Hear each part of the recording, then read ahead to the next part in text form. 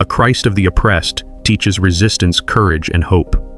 A Christ painted white became the silent partner of colonization. A Christ painted black became the voice of endurance in the night of slavery. And this is not just history, it is theology. Because when you imagine God in the image of the powerful, you are tempted to believe he only blesses power.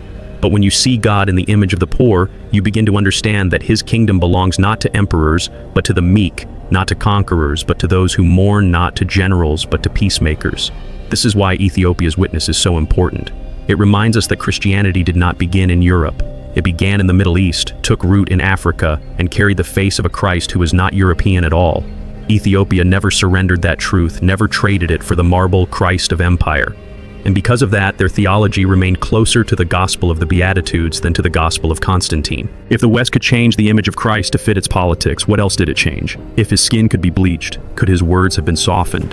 Could his radical call to justice, mercy, and liberation have been trimmed down into a safe message of obedience and control? This is the danger of image. It does not stop with a painting. It seeps into the heart of the gospel itself. A Christ enthroned in palaces preaches one message. A Christ standing among peasants preaches another, and both cannot be true at the same time. So which Christ do you follow?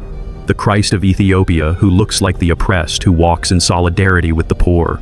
Or the Christ of Europe, who sits in majesty over empires and blesses the powerful? Remember this, once you change the color of Christ, you change the very shape of theology.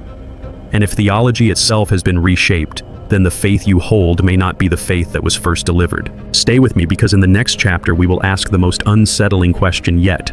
If even the image of Christ could be rewritten, could the story of his enemy Lucifer also have been rewritten? Chapter 7, The Lie of the Fall. The story of Lucifer's fall is one of the most powerful myths in all of Christianity.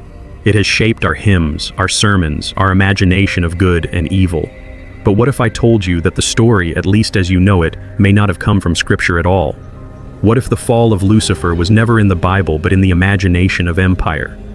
In the Western telling, Lucifer's story is clean and dramatic. He was the angel of light, the highest of heaven's hosts.